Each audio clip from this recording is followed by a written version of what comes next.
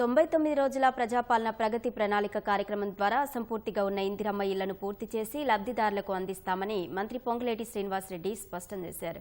Assembly ప్రశ్నోత్తరాల సందర్భంగా ఇందిరమ్మ ఇళ్లపై సభ్యులు అడిగిన ప్రశ్నలకు మంత్రి సమాధానమిచ్చారు. ప్రస్తుతం పూర్తయిన ఇళ్లకు నాణ్యత లోపాలను గుర్తించేందుకు చర్యలు చేపట్టామని వెల్లడించారు.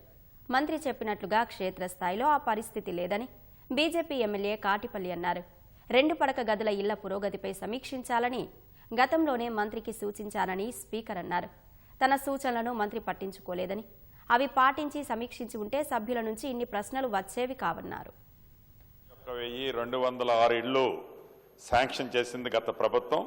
వాటిలో 1,62,936 ఇళ్లు కొన్ని మౌలిక వసతుల మినహా పూర్తయ్యాయి. విద్యుత్తు, తాగునీరు సరఫరా మరియు మురుగునీటి మౌలిక వసతుల్లో పనులు పూర్తి కాని ఇళ్లను ఇంకా కేటాయించలేదు. మౌలిక వసతులు పూర్తి చేసి 99 రోజుల కార్యక్రమం ఏదైతే ఇప్పుడు రాష్ట్ర ప్రభుత్వం ప్రతిష్టాత్మకంగా చేపట్టిందో అన్ని జిల్లా కలెక్టర్లకు ఆదేశించాం.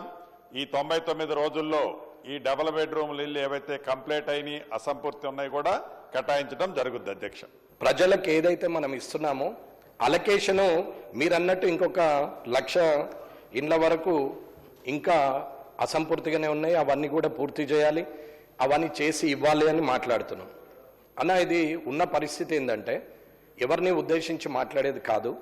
అది ఆల్రెడీ బీటల్ వారి చత్తులు పగిలి లీకేజీలై అక్కడ ఉన్నటువంటి ఐరన్ ఫ్రేమ్స్ అన్ని, కిటికీ ఫ్రేమ్స్ అన్ని మొత్తము లీకేజ్లు అవుతూ అద్దాలు పలిగిపోయి అక్కడ ఉన్నటువంటి సందర్భంలో ఇంకా లేట్ చేస్తూ ఉంటే ప్రభుత్వం మీద భారం అవుతుందే తప్ప ప్రజలకు మాత్రం లాభమయ్యే ఛాన్స్ అయితే లేదు. ఇది నా అభిప్రాయం.